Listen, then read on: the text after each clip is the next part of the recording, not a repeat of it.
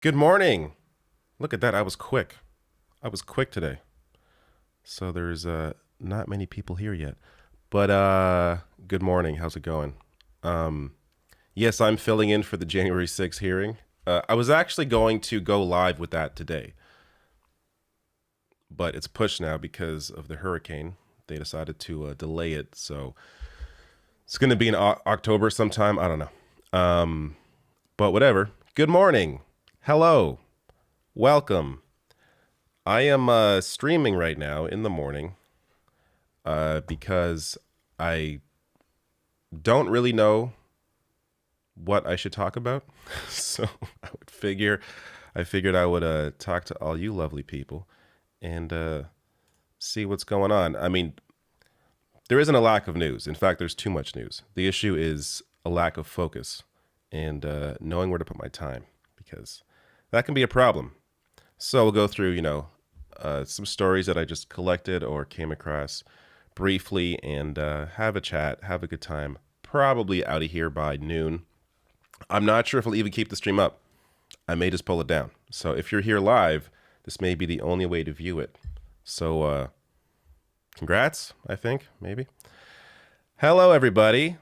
Hello, Clara, JP, Matt, Black Caucus, Marcus, Ali, Truth, Bleu, Inside Spin, Heem.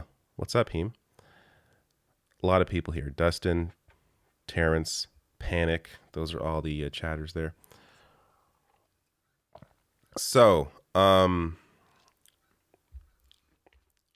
this is quite a way to start. Online Truth asks, do you support the right to die laws in Canada? And some commentary there saying they are very good. I support them to an extent. It does seem at this point that it's sort of being used as a cudgel in lieu of any actual help for people that need the support to continue, living the lives that they would be able to live if they were given the proper support. So I don't support it as, a panacea, but I do support it in terms of, if you, are actually near the end of your life and want to be able to control that, then I think you should have the ability to control that. But as I just said, it's sort of being used as a panacea more recently. Who's your favorite pro wrestler? That's from Dustin. My favorite pro wrestler. I don't really have maybe the Undertaker. I haven't really watched wrestling for quite some time, at least not religiously. So I don't know. The Undertaker is sort of my go-to, but I'm not like crazy about the Undertaker either. All right, so again, I'll go through the chat randomly, but I just noticed this. So actually, I should probably give you some context. This is not news. This is just something I tweeted out this morning, and the incredible Matt Strackbine, I think is how you say his last name, did this art in like 40 minutes. I don't know how he does this, but so I tweeted this out, sort of a a tongue-in-cheek joke. People get kind of weird when I post stuff like this. This is my way of coping with reality. I'm just joking here. I'm not actually going insane, but this is my tweet. How do I stay sane? Drink lots of water, ignore all emails and DMs, wear noise-canceling headphones, put in a straitjacket, curl up into a ball, mutter meaningless phrases under your breath while you stare into the abyss as you rock back and forth on the concrete floor. This is a joke. I'm not going crazy. This is just a joke. But I noticed after I put the shirt on how similar the color of this shirt is to this straitjacket. But freaking letter hack, Matt Strackbine, in like 40 minutes, put this together. I tweeted this out. 40 minutes later, he put this up. I don't know how he's so quick, but this is hilarious. So this is the Rational National Relaxation Method. This is a few reactions here from people that used my relaxation method. From the Humanist Report, reporting political news has never been easier. From Lance of the Serfs, and to think I was a basket case before this. From Matt Binder, I feel like I can finally breathe. And from Farron Cousins, David Dole's method not only saved my life, but also the lives of everyone around me. And some funny captions here. Turn your podcast booth into a padded room today. You'll thank us. Are you reporting on right-wingers? Don't delay. You'll need this. Yeah. It's just, waking up and reading about nukes. I mean, that does it alone. Just reading about nukes is enough to put you into a downward spiral. But that said, I'm not going crazy. I'm fine. It was a joke, people. Settle down. You don't have to worry about me. I'm good. But let's get to whatever news may exist. One last, just if you're not following Letterhack, this man is so talented. Does such good work. Also does a lot of did an original comic that was, I think it was Kickstarter. I forget, but I supported it, and it was also great. So definitely check him out if you don't follow him already. Anyways, let me see what the hell is going on, because I don't know what is going on. So let's go to some places. All right, Common Dreams is a good place to see what's happening today in this wonderful world that we live in. I'm just saying that because a lot of the news they cover is very depressing. But here we go. 85% of global population set to live under deadly austerity measures next year. Wow. How about that? 11 million without I was joking, but man, this shit is depressing. 11 million without electricity in Cuba as Hurricane Ian knocks out power grid. People Power has won the day. Manchin dirty deal defeated. There you go. There's some strictly political news that I can check out in a second here. Florida told to brace for deadly impact. Yep, talked about the hurricane. All right, let's just briefly check out this Manchin stuff, because I was seeing this yesterday. I didn't read too much into it. I believe this is over his ask that he wanted for the pipeline, and now he's not getting it. But let me see here. So, climate campaigners and people in the front lines of the planetary emergency celebrated Tuesday after Joe Manchin requested that his fossil fuel-friendly permitting reforms be stripped out of the stopgap funding bill. All right, so this is what essentially Manchin agreed to the Inflation Reduction Act, which didn't do a whole lot, but he agreed to that if he got this, and he's not getting this now because both progressive Democrats and Republicans are refusing to support him. And it's so funny that Republicans are doing this to hurt Manchin here when Manchin's the one that sunk Biden's entire agenda. Like, he gave them the entire loaf. He gave them everything they wanted, I guess, minus the passage of the Inflation Reduction Act. But that, again, isn't much of anything. And even though Manchin did everything possible to help Republicans, they still are doing this to hurt him. It is just, it's just incredible. But yeah, so they say here, People Power has won the day. All right. Trying to find something else about this.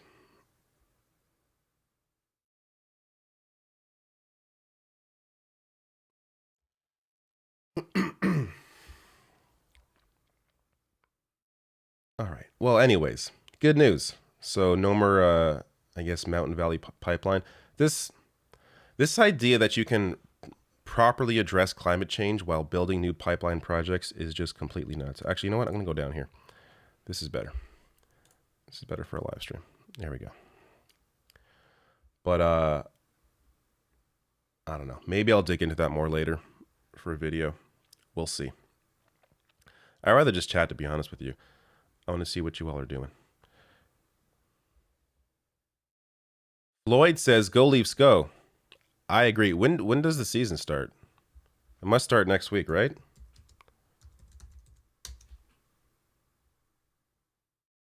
Did it start already? No, it's preseason.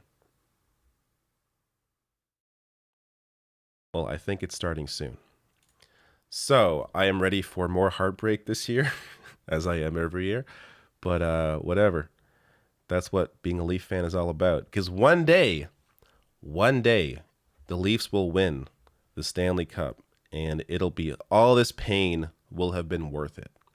And in case you don't know, out of every national sport, every out of every major national sport, the Leafs have gone the longest without winning a championship. Out of the NHL, MLB, NBA, NFL, the Leafs in the NHL, Toronto Maple Leafs, have gone the longest without winning a championship. 1967.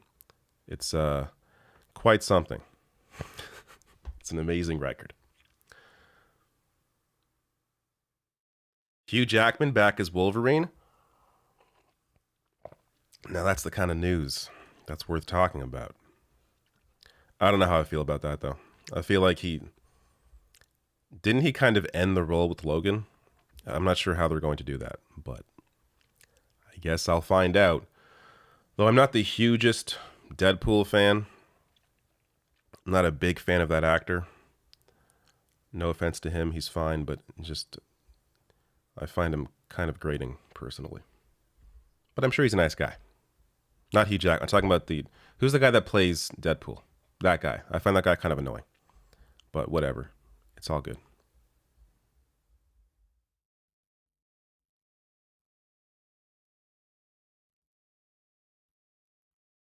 Thoughts on Tories in the UK destroying the economy? That is the other big story I'm seeing today. That's from Sager. I am seeing a lot of, so I haven't read into it much, but I hear that Liz Truss, the very recent new PM, has not really been around the past few days after making some drastic changes. But we can look a little into that. Why don't we?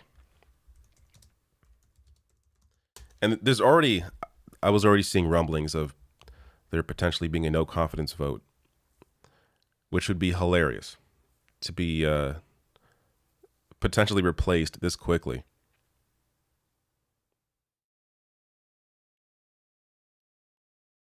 Oh man.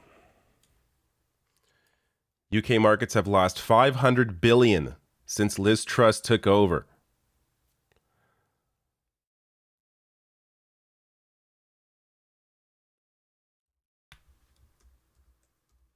Like, this is when it becomes a problem, is when the people with means are affected. Then you know something may happen. Stock and bond markets have lost at least 500 billion in combined value since Truss took over as prime minister. Amazing. Taking the helm at a time when the UK economy was already grappling with the specter of a recession, Truss's government's new fiscal policies fueled concerns that inflation and borrowing would surge at a time of rapidly rising interest rates. That triggered a cross-asset sell-off so severe that it sent the pound to a record low and sparked chatter about emergency action by the Bank of England. Confidence in the UK has been sideswiped amid a pile-on of worries about the economic outlook and the direction of travel being taken by the Truss administration.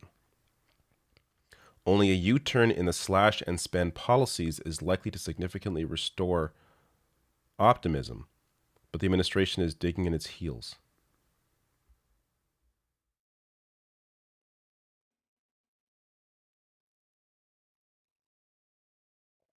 All right.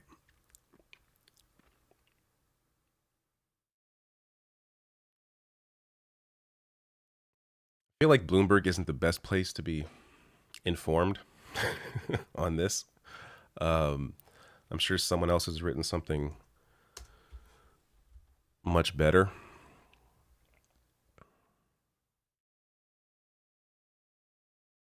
Taking a look around here.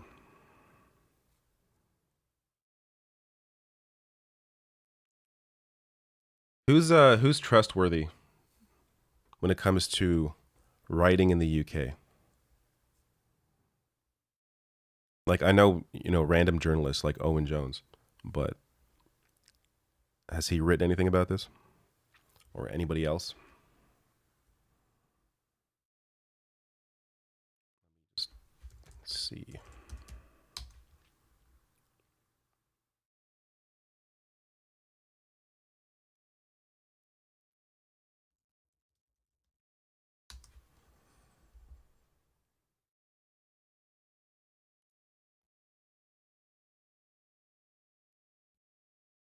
So usually when I'm lost on UK politics, I check out Owen Jones on Twitter. Let's see what he's saying. Oh, here we go. As the Tories destroy themselves, Keir Starmer now has every reason to be confident of becoming Prime Minister in a crisis-ridden country. That's the easy bit. New column.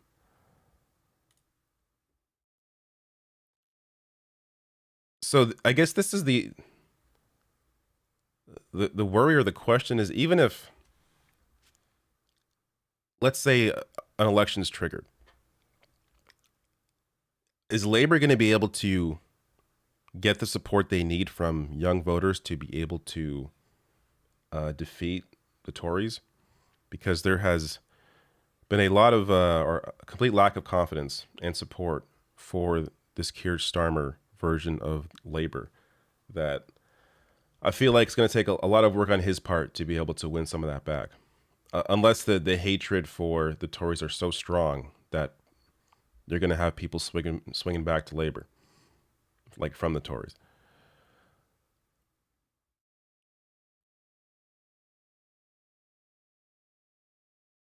Whoa. Miliband's tortured tenure as leader of the opposition reflected his own internal conflict between the radicalism of his... Miliband had a Marxist father? Did not know this.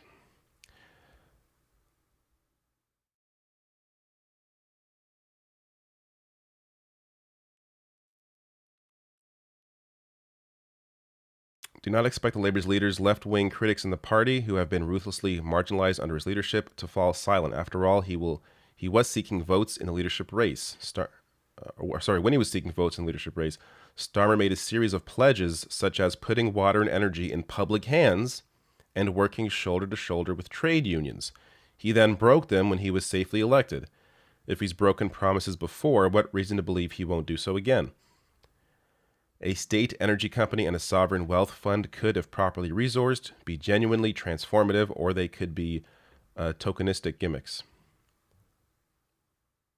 Okay, so I think this is more about what Starmer, his opportunity is here. But I'm curious more about what is going on with Liz Truss. And maybe I'll just check out The Guardian more generally to see what they're saying.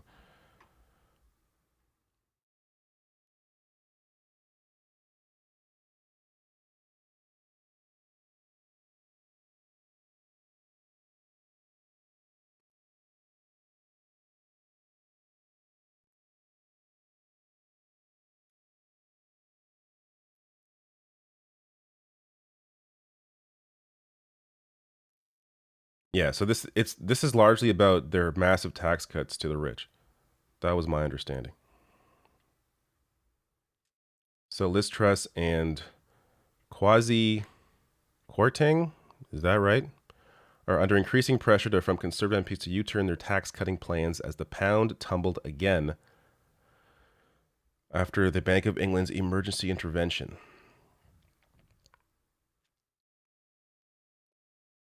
Yeah, like they're having a cost of living crisis, and the solution for them was to cut taxes for the wealthy. Seems kind of odd. Yeah, they cut the top tax rate. Like, I don't know. How is that supposed to solve the problem? Like, how do these politicians, these parties, keep going back to trickle down economics with any sort of, like, they can't possibly think that they can still fool anybody with this shit, right? And it's coming back to hurt them immediately. It seems very odd, just from a purely political point of view. Forget even, the obvious influences here. Just from if you want to stay in power point of view, maybe not the best idea. Maybe at least pretend to give a shit about people that are struggling. I mean, that's largely how this faux populism is rising, with people like, Trump, obviously, but DeSantis, Poilievre in Canada. They're pretending to give a shit about people, and they have no actual solutions. It's all just fear-mongering and race baiting. But they are pretending, and their attempt at pretending is enough to fool a lot of people into thinking they actually have some solutions. But this is just like, you know, I don't know, back to 90s politics here, 80s, 90s, and, most of 2000s, but, largely the genesis of a lot of this thinking is, of course, the 80s. But Jesus. All right. Anyways, I'm already bored of the UK. What else is going on?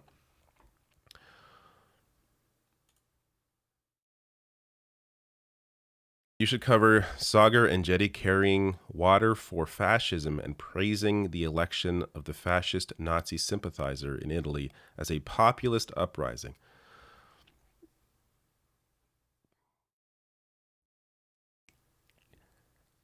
How does that show work? like, I gotta say, I like Crystal Ball. I do. To be fair, I'm biased. We've talked a bit behind the scenes. I think she's a nice person. I do think she means well. But in terms of doing a show with a fascist, like, what's the dynamic there? Because honestly, I'll watch Crystal and Kyle's show, but I won't watch Breaking Points because I can't stand that guy. So I have no idea how their dynamic is, but it just seems so bizarre to go from like one dude praising a essentially a fascist, or if you don't want to say fascist, fine, incredibly far right, anti-immigrant, xenophobic leader, and then you have someone else in Crystal who is not that person at all. Just a very bizarre show. But I don't know. I mean, I get the idea behind it to try to maybe expose people to new ideas, and that's a good thing. But when you see some of the polling coming out of that YouTube channel, in terms of like, man, I've seen some crazy Breaking Points polls on YouTube. Whenever it's, I can't think of exact examples, but if I go there right now, I bet I could find some. It's just like, who do you think handles the economy better? And the answer for most of their voters or viewers is Republicans. Who's worse for the country? It's like AOC, Donald Trump. The answer is AOC. Like, they're very one-sided results a lot of the times. So while there may be some people possibly being pulled from the right to the left, I feel like were in Atlanta. I feel like that's not probably the majority, but still, whatever. They can do them. I'm not going to, there is no one right way to do any of this work. We all have our own audiences, our own way of doing things. So I don't want to get too negative on other approaches here, but I do feel like this approach is probably benefiting Sagar more than it is benefiting Crystal.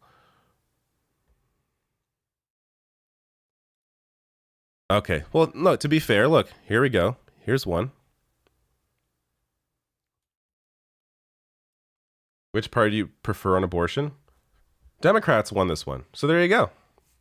Most people, or at least a plurality of people, still not half the audience, but a plurality of people prefer the Democrat. I'm not even sure why other is here. Like, what is other when on abortion? Like, no one else is in power. Like, you can fairly say that Democrats aren't doing enough to fight back against Republicans, but there isn't anyone else in power here. So I feel like having the other option is just kind of pointless. Who do you prefer in the economy? There you go.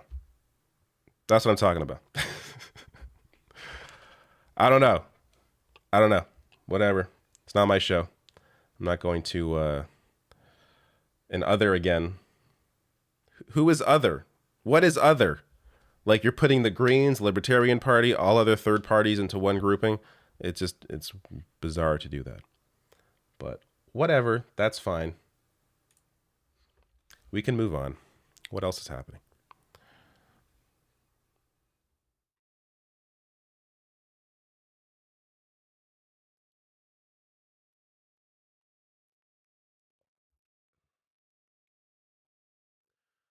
Black Hawk says one of the other polls said Manchin was correct to destroy Build Back Better. Oh my God. Hold up. I want to find that one. And like, this is not to shit on their show. Because again, I don't watch the show. I don't know the show. It's just pointing out like the audience here. And this isn't even a criticism of or this definitely isn't a criticism of Crystal, because Crystal does, I think, again, she does good work. But it's just when you try and combine these two audiences, I'm not really sure if it works out in any way.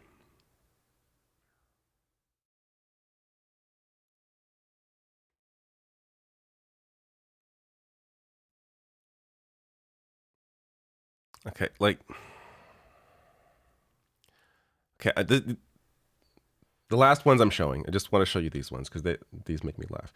Have Biden's recent policy actions changed your perception of him? I said they have for me because I did not expect him to change or to cancel any student debt at all. I'm on the record in saying that I didn't think he would do anything. So I was wrong. So yes, my perception of him has changed. Not considerably, but it has changed. Thoughts on Biden's 10K student debt cancellation? The plurality of votes here. Shouldn't cancel student debt. But look, to be fair, you add up just the right amount, with doesn't go far enough, then you are, neck and neck. So on that question alone, you could say, hey, maybe it is an equal audience. So I could be completely wrong. I don't know. But whatever. Let's move on.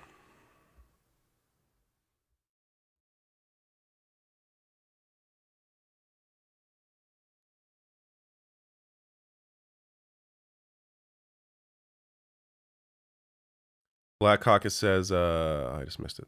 Sorry, I keep pulling out just my mods messages here, but they're standing out because of the freaking highlighted name. Mike Figueredo Alfredo has shown us how truly great mega communism is with Jason Tinkle. Yeah, I watched a Humanist Report video on that. Pretty funny.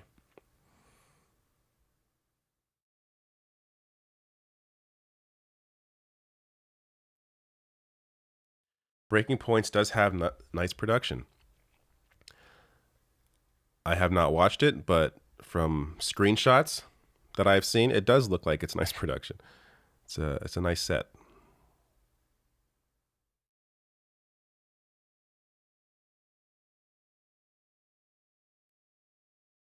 Oh yeah, let me bring up that Tucker clip. So Miss Anonymous brings up Tucker on TV, implying it was the U.S. to provoke tension. It sounded like he, if I can find the clip, he was basically trying to float the idea that the U.S. is engaging in acts of war against Russia, is what it sounded like. But then he puts enough doubt out there. He's like, well, but we can't say for sure. Like, this is how Tucker gets away with all the garbage he says. He'll say something completely outlandish that is not true at all, and then but he'll end it on to protect himself legally. Oh, but we don't know for sure. We can't say for sure. We don't know, as a way to, like, that shouldn't be enough. Like, because of how dishonest he is in floating these ideas out there and clearly making them topics of conversation when they wouldn't be otherwise. Like, he knows exactly what he is doing. But he continues to do it and continues to get away with it.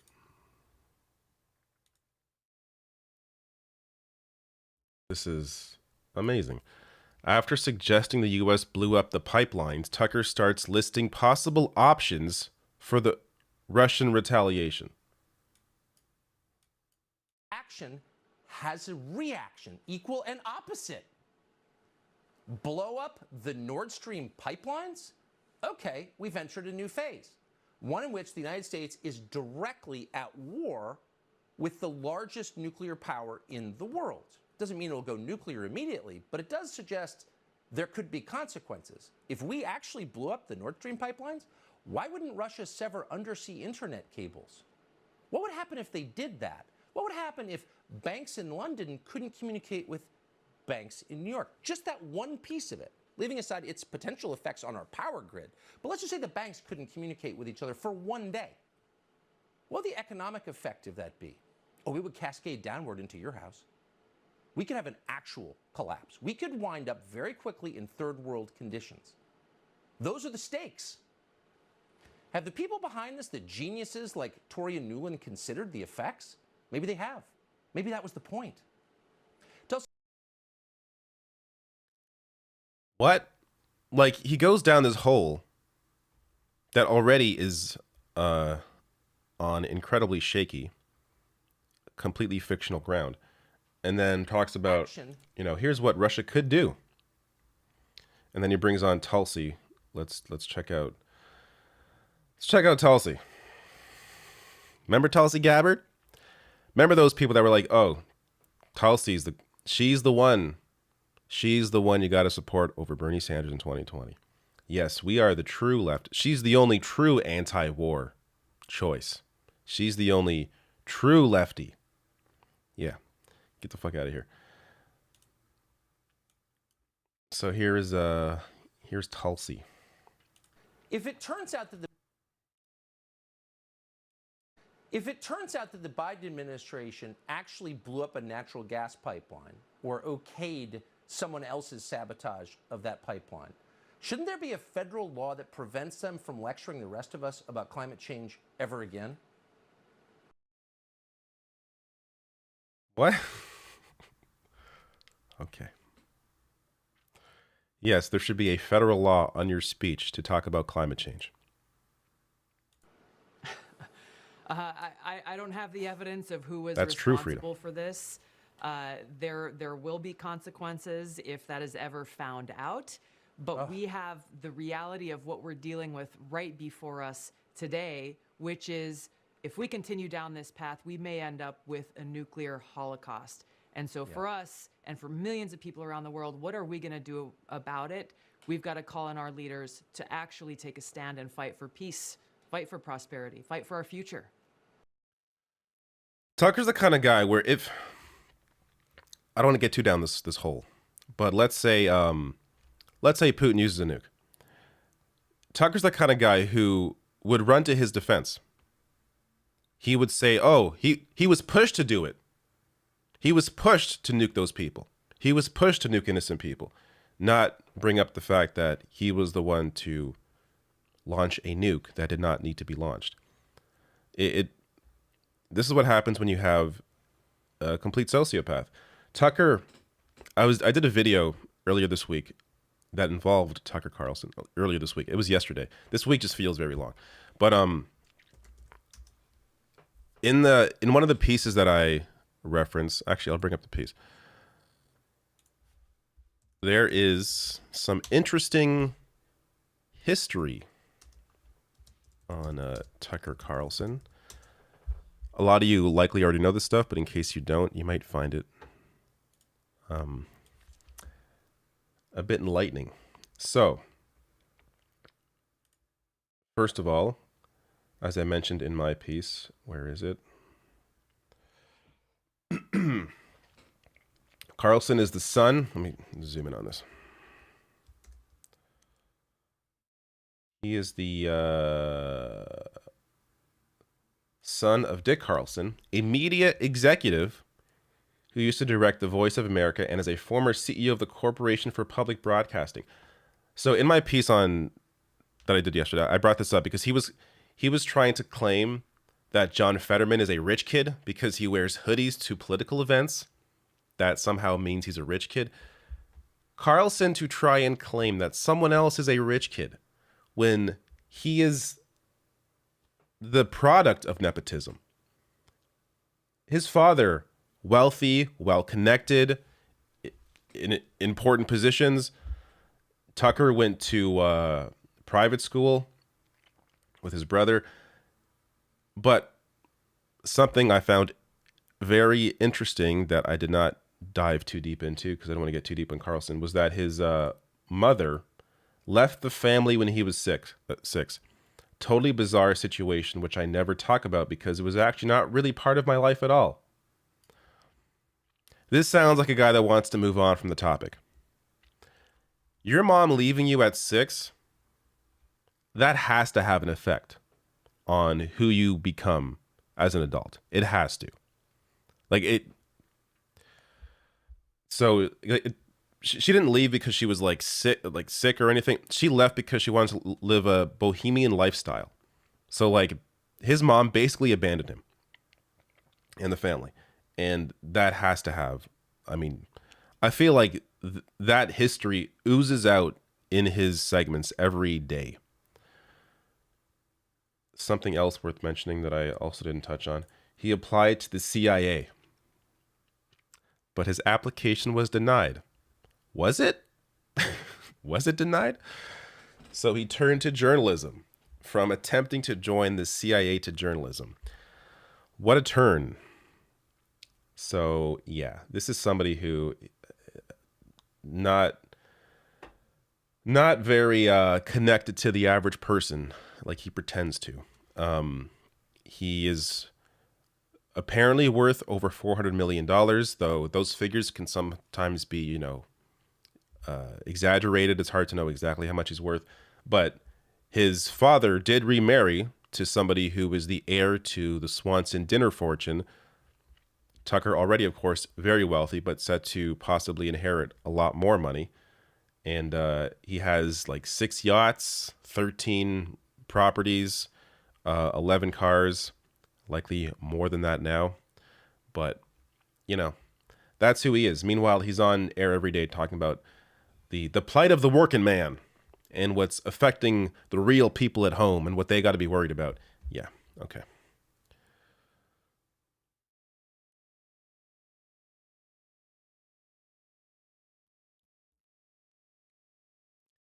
Anyways, what else is going on? Let me bring up this chat.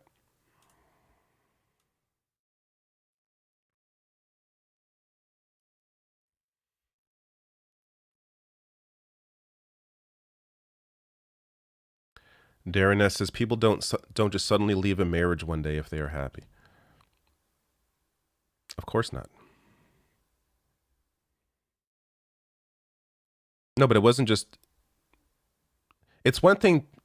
It's one thing for parents to divorce, but the way this is written, which is normal, that happens to a lot of people, but the way this is written out is that she just like left. His mom just like left and was not in their lives at all at age 6. Like that's a different level than just a divorce where you're still seeing your child and still raising your child. She didn't raise him. She just left him at 6. That's crazy. That will turn you into a sociopath.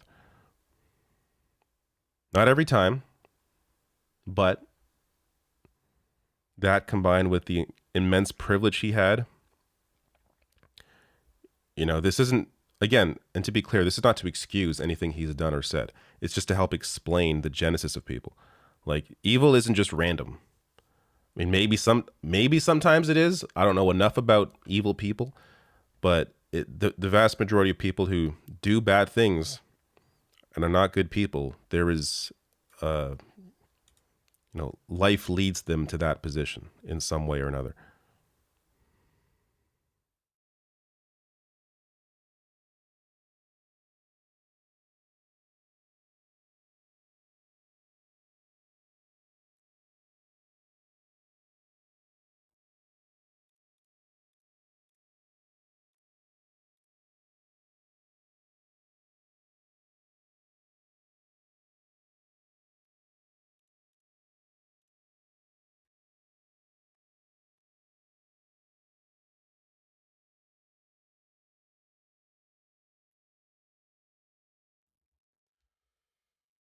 Roller Dragon says can't send a link. Yeah, for some reason, YouTube doesn't allow you to send links. But what are you trying to link me to?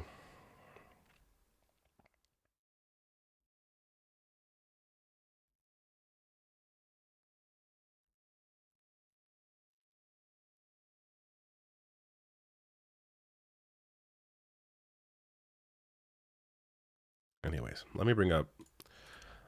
I feel like I thought I saved more from this week, but I don't think I really did.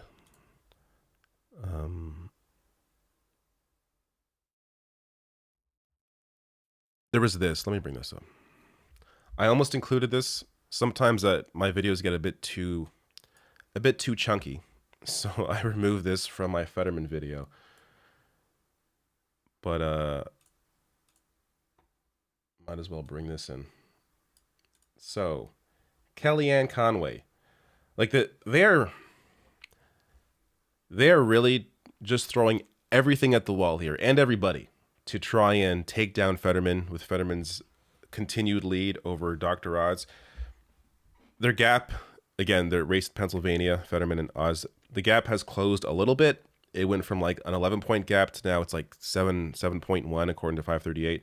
And a lot of that, I think, is because of the amount of money now that Dr. Oz is getting to push into television ads. You're going to have a massive impact on especially voters that are reliable voters, voters that skew older, ones that tend to be a part of these polls in terms of how they poll when it comes to polling people that typically vote.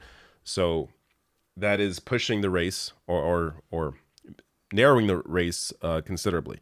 But Fetterman's still, in the lead with a comfortable 7 points. But here is Kellyanne on Fox News, just trying everything. He's against school choice, charter schools, vouchers, educational freedom. He said it was, quote, an absolute necessity to lock these kids down in school. A little bit too long, pal. Actually, a lot too long. But he won't let them. He's a bigot and a racist who won't let kids of different backgrounds out of failing schools and let the money follow them. Like, she just goes point out, like, he's a bigot and a racist that won't let kids choose their own. Okay, let's. Racist who won't let. But he won't let them. He's a bigot and a racist who won't let kids of different backgrounds out of failing schools and let the money follow them. He's a bigot and a racist, which, first of all, you're on Fox News talking to a conservative audience. That sounds like selling features to that audience. So it's weird to try and paint an opponent that way, unless you really do not understand who your supporters are. But, okay, he's a bigot and a racist because he won't let kids out of failing schools and let the money follow them. He's a bigot and a racist who won't let kids of different backgrounds out of failing schools and let the money follow them. Suburban women very energized about education this time on abortion. Oz, he's against. And then goes on to suburban mothers. About education this time on abortion. Oz. And abortion. Just mentions abortion. I don't know where she goes with this. This is where the clip ends. But Fetterman's position on abortion, much, much more popular than Oz's position. Oz's position is, I mean, he's dodging the question. He's his defense is he wants to leave it to the states, which you're seeing what states are doing currently with outlawing abortion outright. But of course, Oz would go right along with a total ban if it were brought up. Can you imagine Dr. Oz trying to even be like a Mitt Romney, where it's like the occasional vote against because he doesn't morally agree? No, Dr. Oz will just fall in line. He is a complete pushover. He does not give a shit. He will do whatever he needs to stay in power. And even in the case of Romney, Romney's able to do what he does because his state is unique in that sense, where he can buck the trend and still remain popular there. But you're not going to remain popular with Republican voters in Pennsylvania if you buck the trend. So yeah, Oz will fall in line with everybody else. But on the issue of this school choice, so there's a piece here. I don't know. Websites that format like this are very annoying. Look at this shit. Luckily, there's an app for that. I can just do temporary mobile view. Look at that. Look at that. Fixed. But here we go. So just a few paragraphs here. School choice programs are often touted as a means to addressing systemic inequities in schools. But in the U.S., they largely operate as unregulated open enrollment programs where students and their parents are allowed to choose which school they attend without regulation and without an explicit focus on the goal of a better integrated school environment. Segregation becomes more pronounced. Studies have shown that charter schools, for example, which in an unregulated system are essentially free market startups, end up more racially, ethnically, and economically homogenous than the surrounding traditional public schools. Quote, I've done some of the primary research myself, says Cobb. Cobb is, I wrote it somewhere else. Now I don't have it here. But a professor of educational research at, I think it's University of Connecticut, says, I've also reviewed dozens and dozens of studies, and the overall conclusion is that the unregulated programs will exacerbate already existing stratified systems. It's not like the systems aren't stratified to begin with, but these unregulated programs tend to actually make it worse. So, of course, even on the point that Kellyanne Conway is trying to make, she's completely wrong. But still, the point she's making, again, you would think the conservative voter would be in support if it was true of him being a bigot and a racist. It's so...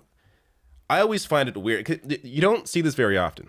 I've seen it a couple times, but it doesn't happen often, where a conservative tries to claim on Fox News that actually the Democrat in this race, he's the racist or the bigot. Because I think at this point, a lot of them realize that's not really, unless they are trying to say that they were racist against white people, which they do. But here, she isn't saying that.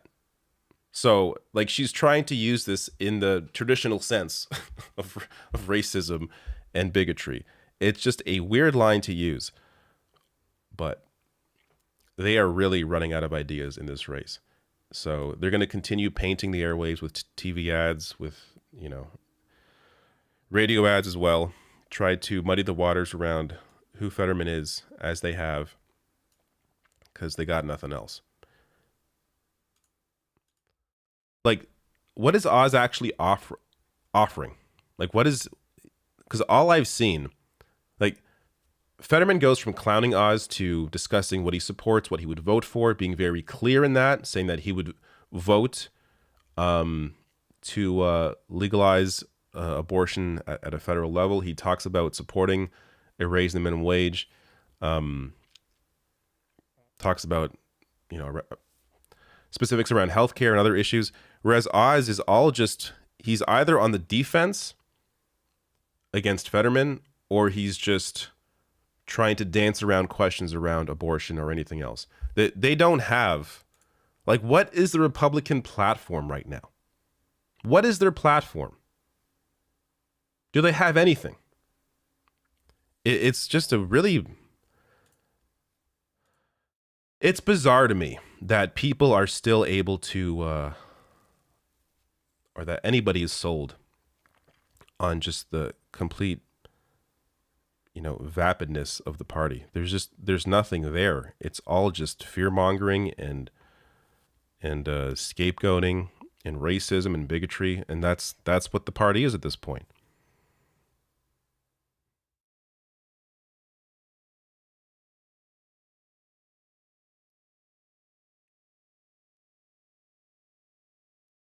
You think Chris is going to win in Florida?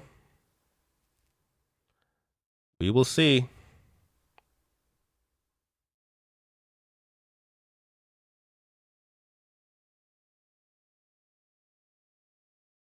Don't say doo-doo. I will not say doo-doo.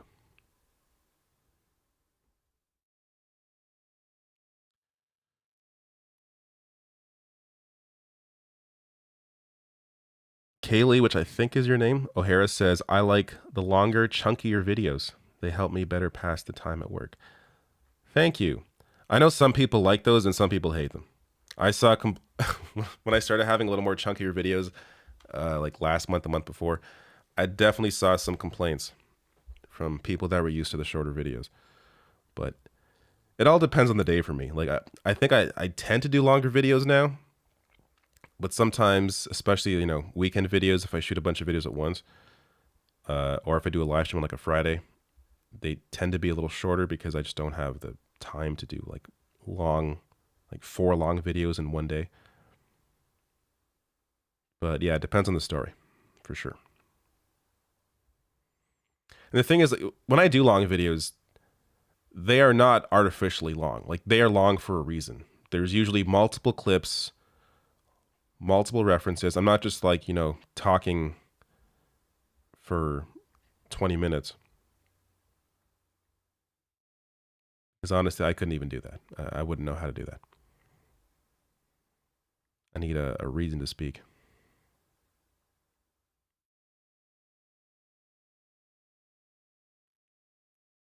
Sorry, scrolling through chat looking for anything worth talking about here.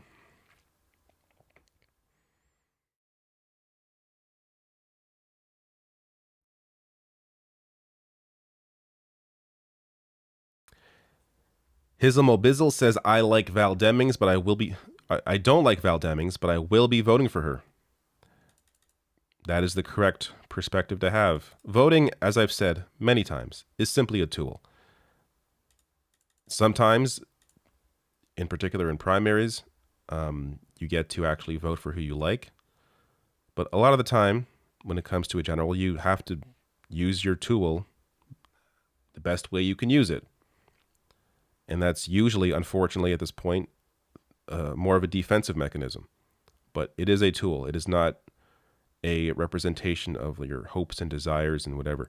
It's, no, how can I best use this, one of the few tools I have in a democracy, to fight back or to prevent worse things from happening in a faster way.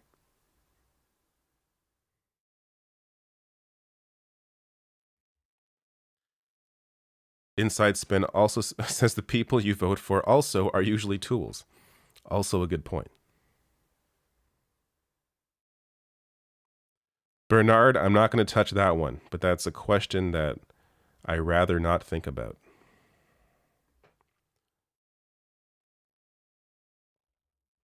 Clara says, chunkiest videos only, please.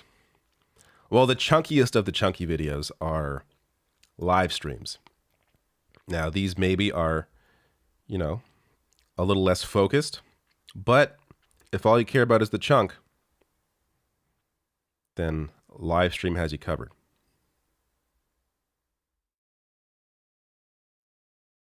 I discussed earlier during my last live stream, or 2 live streams ago, I don't even know, that I am considering doing like a weekly podcast, which would be a very long chunk. And, but that would be a lot less focused, honestly more like this, but I'd have topics, more topics to cover. But also not all politics.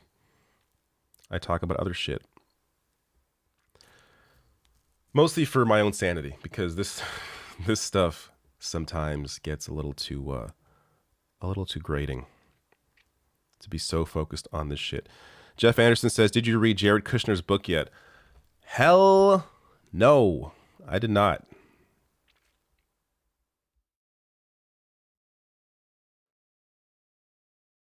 Please take Conway pick off screen. I'm eating here. All right, sorry. I will, should I replace it with Tucker? There you go.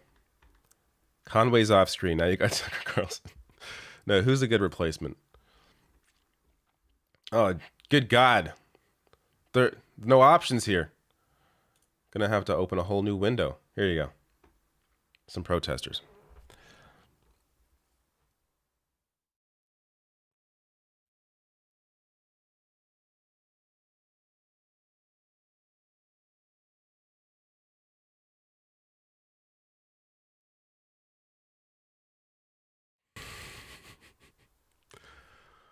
Some of you people are pretty funny.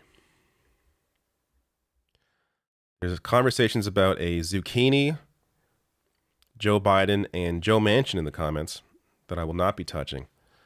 But it's a very, very interesting conversation. And that is the word I go to when I have nothing else to use.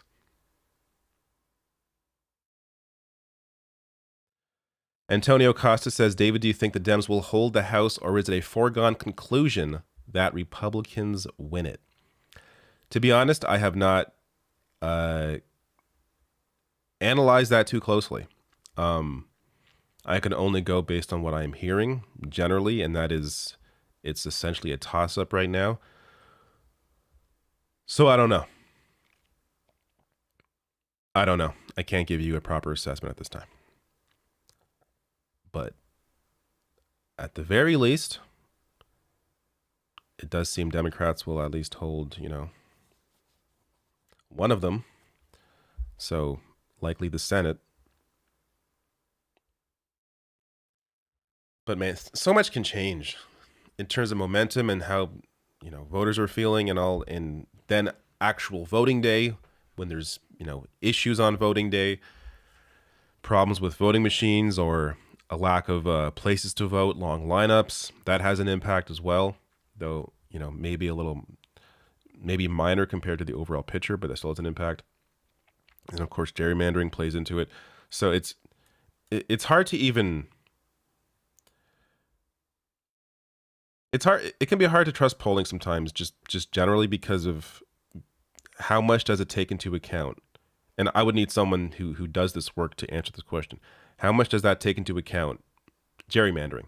How much does it take into account people that don't normally vote but then decide to vote? Because it does seem like if things continue, a lot of people that don't normally vote are going to come out to vote Democrat, largely because of the overturning of Roe. So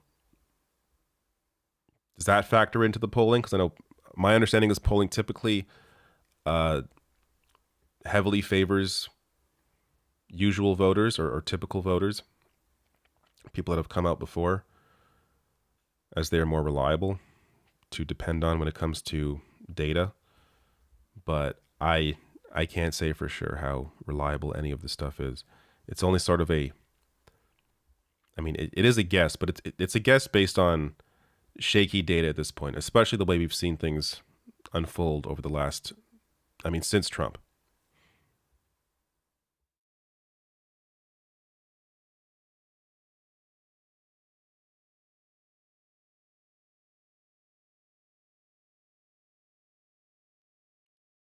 Is gerrymandering a thing in Canada? Not to my knowledge. No. It's possible in maybe some rare situations, but it's not much of a discussion here.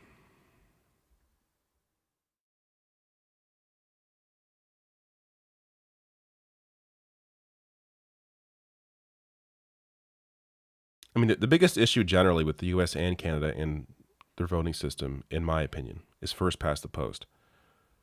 It's just archaic. But changing that takes a lot of political will.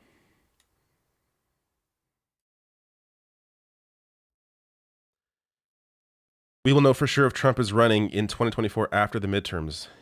Very likely. I'm sure he's gonna. I'm sure he will, or he will at least say he will, and then go through the motions. But no, I think he will.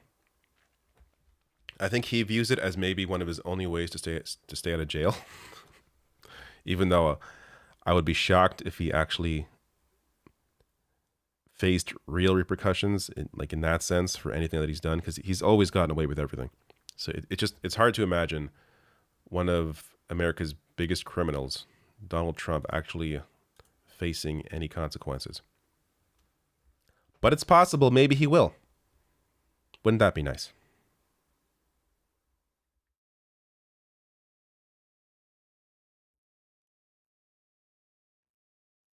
There's lawsuits piling up.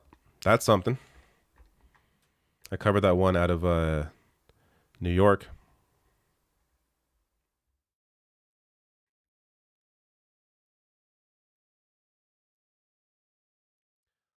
All right. Anything else here? Because I was going to get off at 12. It's 12:07, but I'm still collecting links and information for my eventual video on Pierre Poilievre, in case you're wondering, Canadians out there. I will do a video on him. I'm just waiting for something that's going to trigger that video. But yeah, he's definitely worth covering. Oh, I saw this. Most of you have, I don't know most of you, but maybe a lot of you have seen this by now. But this was incredible. This was incredible. Watch this. The gentleman from Indiana, Mr. Hollingsworth, is now recognized for 5 minutes. First of all, notice how they're listing all the executives from banks here. Well, good afternoon. I'm excited to be here with each of you. Before I get started on my questions, Mr. Moynihan, I wanted to let you know, Saruthi, raise your hand, Saruthi. She has been my team member for a couple of years now, but on Monday, she becomes a Bank of America team member, about which she is very, very excited. So I hope you'll take good care of her and know and recognize the talent that she has shown already in our office. I'm sure she'll do the same at Bank of America. We will do that, and her father already works for us, so he'll take care of it. You should have called us. Well, good. Well, I appreciate the opportunity to chat about some of these issues today. What I'm really interested in is the state of the economy. How are you? This is an oversight. This is an oversight hearing on U.S. banks. This dude, and then her father already works with us. Like this is the revolving door on full display, and they don't care. He's advertising it. They're all laughing about it. They're all buddies. Like this is everything wrong with politics right now, and he does not even realize or care that this makes him look terrible. And I'm guessing, I mean, if this was put into an ad, would voters care in his district, in Indiana, maybe in a primary? But even then, it's just like, I don't know. I'm not sure if this got any play in the mainstream press, but I feel like this should have got a lot of play. Like this is a moment that really exposes just how wretched the system is. Absolutely disgusting. I mean, the combination of nepotism along with the revolving door, like it's all in that package in just under a minute.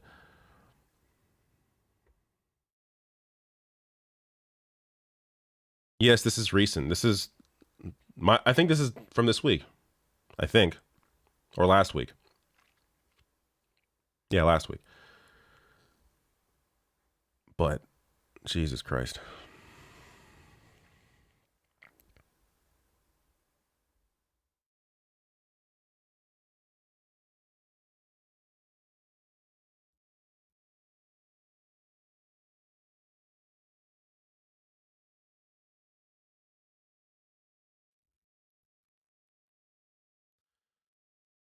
All right.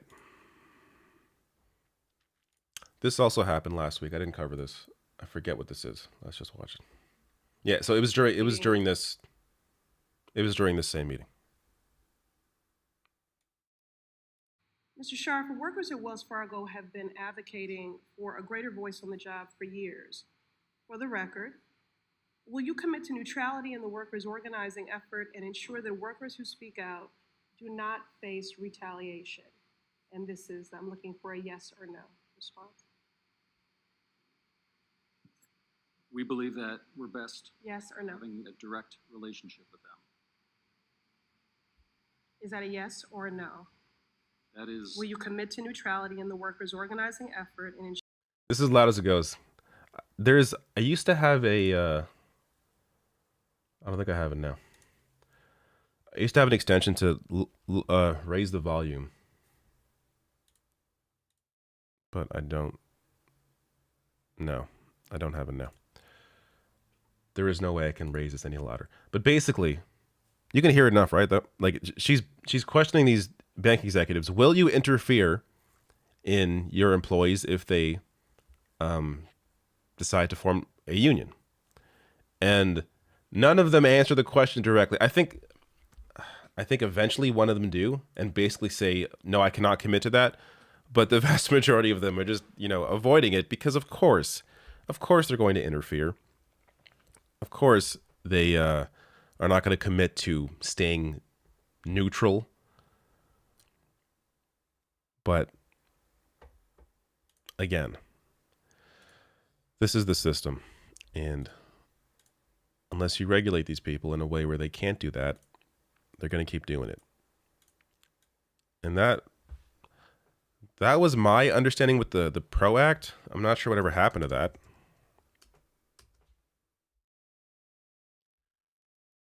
But I don't think it passed. It was supposed to protect the right of workers to unionize.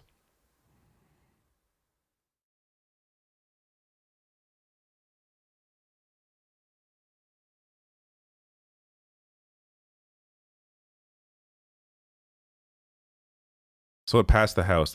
Yeah, it never passed the Senate, is my understanding. But there's just like the news cycle just completely dropped this.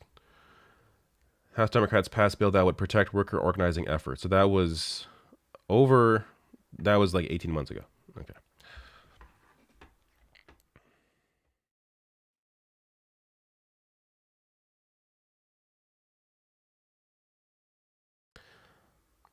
Union leaders say the PRO Act would finally begin to level the playing field. They say is unfairly tilted towards big business and management, making union organizing drives and elections unreasonably difficult. PRO Act would protect and empower workers to exercise our freedom to organize a bargain. In fact, I did a breakdown video on the PRO Act at the time. I'm not sure what it's called, but I know I went deeply into this when this was a larger topic of conversation. But, you know, from memory, here we go. This is what we need. Point by point breakdown. So-called right to work laws 5 provisions in the PRO Act. So-called right to work laws in more than 24 states allow workers in union represented workplaces to opt out of the union and not pay union dues. At the same time, such workers are still covered under the wage and benefits provisions. The PRO Act would allow unions to override such laws and collect dues from those who opt out in order to cover the cost of collective bargaining and administration of the contract. So this has been one way there's been an attempt by corporations to undermine unions the government undermining unions by allowing people to opt out. So that would change that. Employer interference and influence in union elections would be forbidden. That is a major one. Though I have to say, I've been impressed by Biden's Labor Department in actually responding to many of the complaints raised by whether it's Starbucks workers, I think Amazon as well. There was a case or two there, but so it's good to see that there. Often even successful union organizing drives fail to result in an agreement on a first contract between labor and management. The PRO Act would remedy that by allowing newly certified unions to seek arbitration and mediation to settle such impasses in negotiations. Also great. I mean, this really is a great piece of legislation. The law would prevent an employer from using its employees' immigration status against them when determining the terms of their employment. It would establish monetary penalties for companies and executives that violate workers' rights. Also, fantastic. Corporate directors and other officers of the company could also be held liable. Fantastic. So, of course, it didn't pass the Senate. Have not heard about it since. Maybe one day it'll come back. Maybe if Democrats can keep the House and take the Senate and have enough votes in the Senate, like Fetterman would vote for this. Fetterman is not a perfect candidate. He definitely has at least one major blind spot, but he's already voiced his support for the PRO Act. Then again, you know, where is Chris Coons going to be on this? Where is Mark Warner going to be on this? If all of a sudden Democrats have more votes.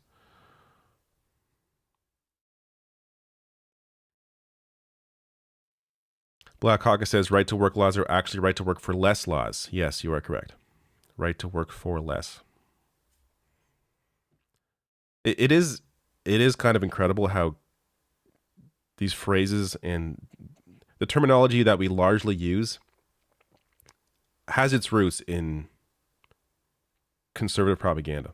Like the way that the word freedom is used. Junkman says, what is Fetterman's blind spot? Israel. But when you're up against Oz, you know, there isn't much to really complain about at the moment. But if he gets into power, that is when you start that pressure campaign. because you're not going to change it before then. It's not going to. That has no. Like I think he's strategically sort of trying to not touch the issue because he has seen how that money has sunk. The pro-Israel right-wing money has sunk other Democratic campaigns. Like when they get into a race, they attack you hard. They have sunk many good Democrats. So he's sort of staying out of it right now. But the one interview that I saw with him on the issue of Israel was just terrible.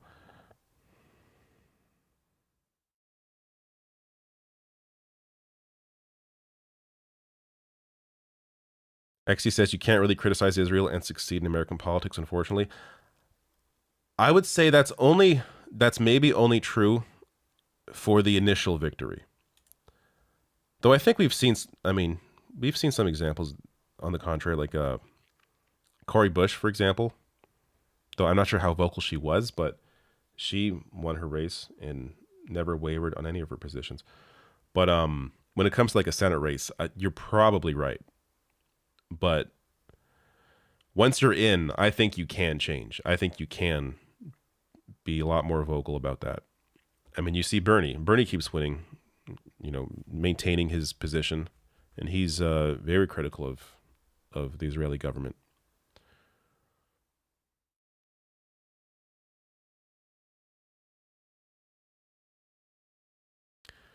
Junkman says, so you think he just supports Israel for optics? Personally, yes, I think that. I could be wrong, but that's what I think. I think he's doing it to avoid the amount of cash that would come against him.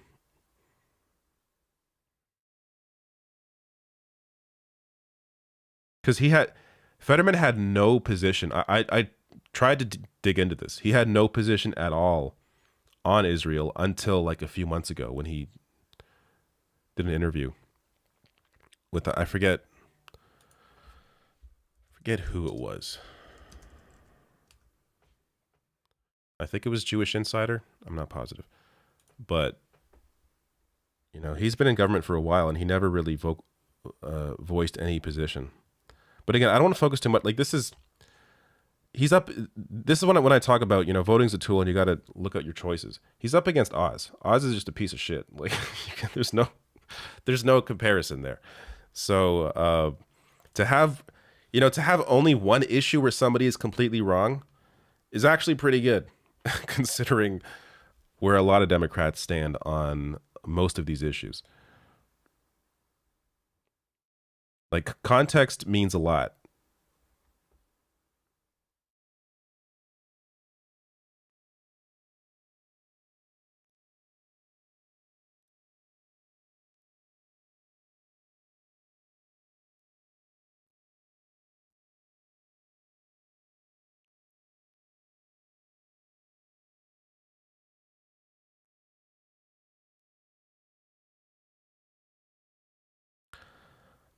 XE says Oz is one of those people who seems like he believes in nothing.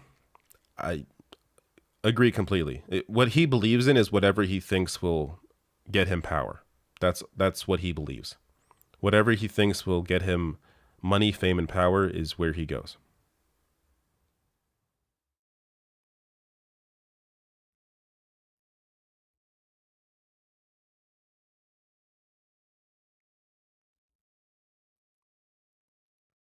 Rich Money says, don't want to be that guy, but why do we care about Israel? Because we should care about millions of people living in an open-air prison, living in an apartheid state where they have a completely different set of rights than another group of people. Any situation where that's the case, we should care. We should care about the plight of people that are being impacted worldwide, regardless of where they're living.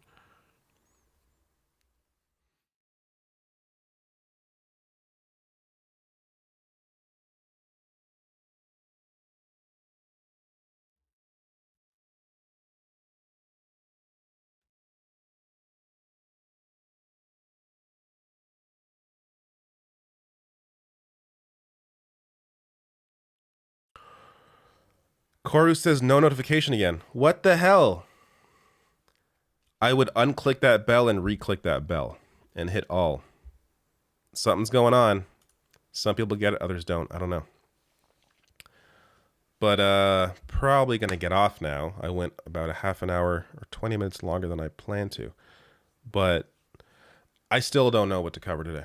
Guys, there's too, this is the problem when there's too much news is I lack focus. When I lack focus, it's a problem. So I'm going to have to jump back in after lunch and see what triggers me. Oh, we have a new here. Let's just.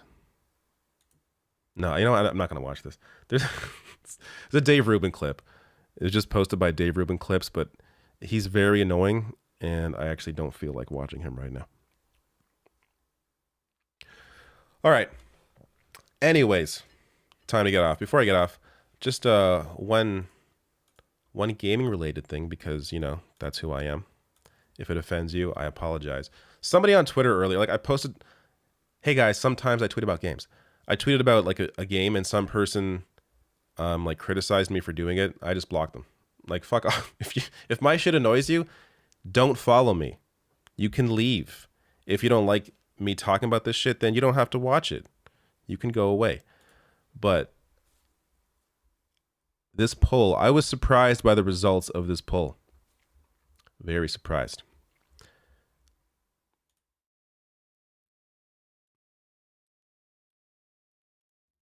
So I put up this little poll here on Twitter. Which JRPG should I tackle next? I thought for sure that Persona 4 Golden was going to win. I just thought that was going to win. I did not see Fire Emblem Three Houses taking this.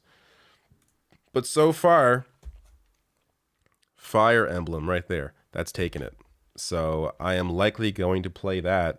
Though I have to admit, last night I started Chrono Trigger on my iPhone because I got this little device right here, so I can actually play games on my phone.